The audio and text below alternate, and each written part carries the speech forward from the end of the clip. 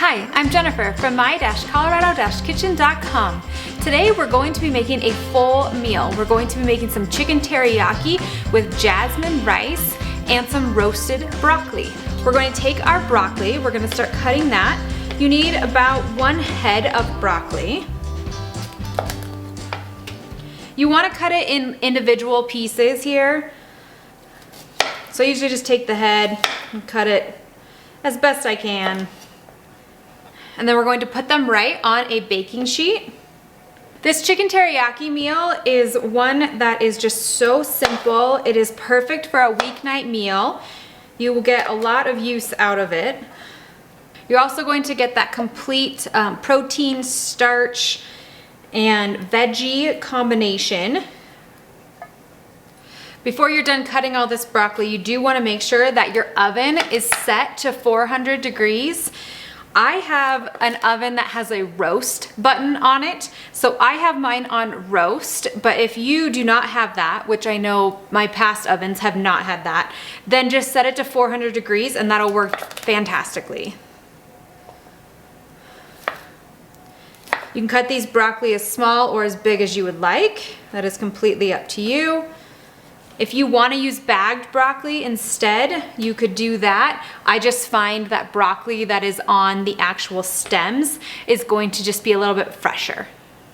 Once we have all that broccoli cut, we need to make sure we can season it. We do need to have some oil on it. So you're going to use about 2 to 3 tablespoons of olive oil. That honestly depends on how much broccoli you have and then how much you like olive oil. Then I like to season it with just salt and pepper. One mistake I've made in the past is I put too much salt on. I love salt, but the broccoli seems to really make that salt flavor really pronounced. So don't put too much salt on or too much pepper, but you will get that excellent flavor even with a smaller amount. Then we're gonna get our hands dirty. We're gonna mix that all together. You could do this in a bowl if you wanted. I truly don't want to have more dirty dishes than necessary, so I like to do it right on my pan. And once I feel like it's all coated, then we're going to stick this in the oven, like I said, at 400 degrees. Typically it needs to cook for about 20 to 30 minutes. You just want to watch it and make sure that it's roasted to your liking. I like mine a little bit more roasted, but I know some people like it a little less. So completely up to you on what you want and the amount of roasting that you want on your broccoli. If halfway through roasting your broccoli you feel like it gets a little bit dry, you can always pull it out of the oven, add some more olive oil to it, and that will help keep that moisture intact. Let's get this in the oven. Immediately after getting that broccoli in, we need to switch over to getting our rice ready. So we're going to use 1 cup of jasmine rice. If you don't want jasmine rice, you could use a different kind of rice. It honestly doesn't matter.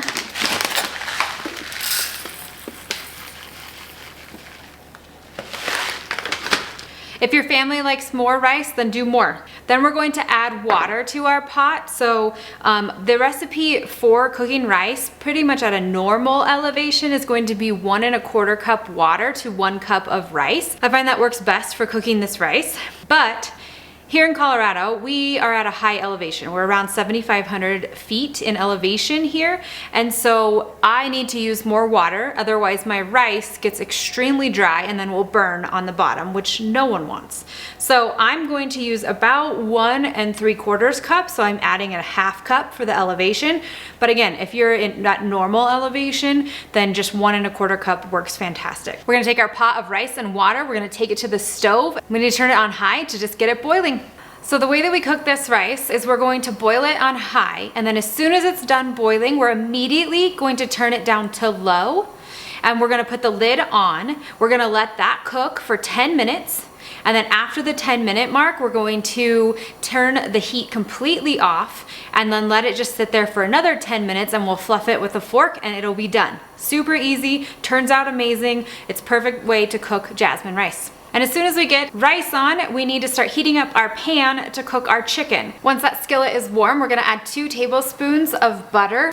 Looks like our butter is sizzling, so we're gonna add those chicken breasts. We're gonna season them with salt and pepper. Whatever your desired amount is great. While we're waiting for our rice to boil and our chicken to cook and our broccoli to roast, don't forget to hit that subscribe button, and that way you'll never miss a recipe. I post 2 new recipes each week. As soon as that rice starts to boil, we're immediately gonna turn it down to low and cover it with a lid. You're gonna let that rice cook for 10 minutes on low. Then we will remove it from the heat completely. So we'll just turn the burner off and let it sit for another 10 minutes or until the rest of our meal is done. If needed, while cooking the rice, you might have to just make the lid slightly ajar just to make sure that the steam and everything doesn't like bubble over with the water. All right, and once that chicken is browned on both sides, we're gonna take it back to our cutting board and then cut it into those pieces. The reason I like to cook chicken this way is that it holds in a little bit more of that moisture, and then it still allows every bit of those chunks, those pieces, to get caramelized on the outside, which adds so much flavor. For the teriyaki sauce, I am just using a store-bought teriyaki sauce. That is one of our favorites. It is not the cleanest teriyaki sauce, but it is delicious. And one day I will make my own teriyaki sauce, but today for this meal, we are not making that. We're just going to save that time and just make a delicious meal that is quick and easy for our weeknight. And once we have that chicken cut, we're going to put it back in our skillet and let it brown nice and golden brown on all sides.